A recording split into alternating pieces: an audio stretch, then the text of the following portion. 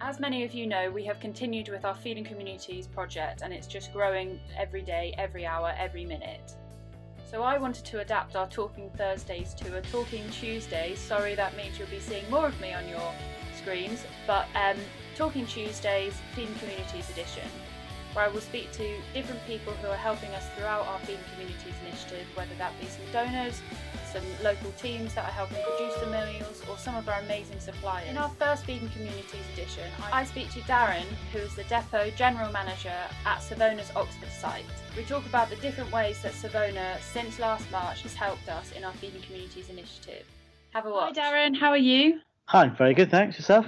Yeah, not bad, thank you. Good. So as people kind of know about our Talking Thursdays, I've kind of adapted it a little bit to a new concept called Talking Tuesdays, our Feeding Communities edition. So would you be able to introduce yourself to our viewers? Of course, yes. My name's Darren Holloway and I'm the Depot General Manager of Savona Food Service here in Kidlington, Oxford. So like I said, it's a kind of a Feeding Communities edition, and I know that back in March, Savona have helped us in so many different ways. You guys have been extremely kind throughout the whole of our Feeding Communities project. Do you know why why did you guys choose to be so supportive of this initiative? I guess when the pandemic really took hold, there was obviously, we heard lots of horror stories and there were people in need.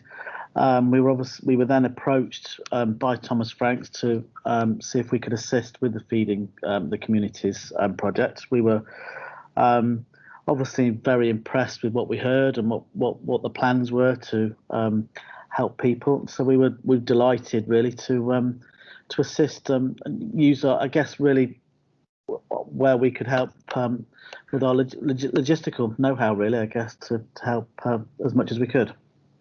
So what was your role during this and kind of helping us? So I guess my role was really more of a coordinator personally. As a company, we provided drivers, vehicles and storage space within our building here. So we've obviously we suffered ourselves. There was a large downturn in trade throughout, I guess, the last 12 months, really, not just in spells. We had many drivers that are furloughed, we had vehicles that were lying idle, so it was a perfect opportunity for us to give something back and be able to provide drivers and vehicles to distribute any products that were either coming our way or that you were preparing and cooking. We could assist to get them shipped around the country, really. Best partnerships between Thomas Franks and Savona has been when you guys supported us producing and getting the meals down to the Nightingale Hospital in London. Yeah, that was quite something for us. Yes, it was. I think that was right in the early days, wasn't it? That was one of the first things that we did together, and that was. It was a great thing to do. The drivers, they did the actual work, not myself. They did the physical work. They were all really pleased and happy to be doing something, and it was something they felt personally that they were giving back as well.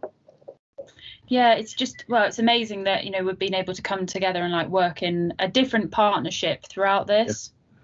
Yeah, we've really enjoyed it. It's been great.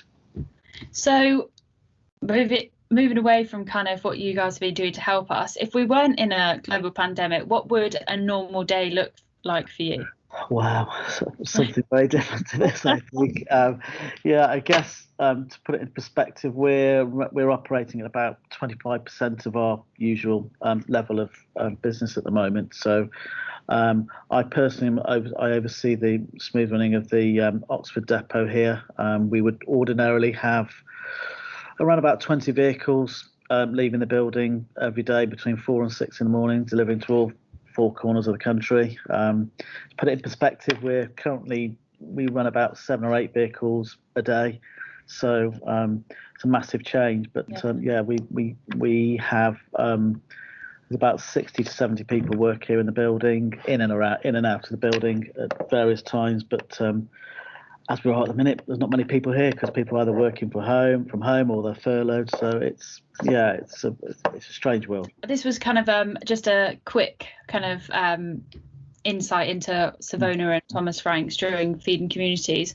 But I wanted to end it with a fun question, because why not? You know, trying to make light of the current situation.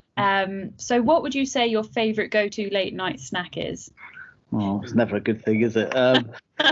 I'm terrible for salt and vinegar kettle chips. I sit and I love sitting down watching a bit of TV at the end of the day, just to switch off, and the hang goes in and keeps going, I'm afraid.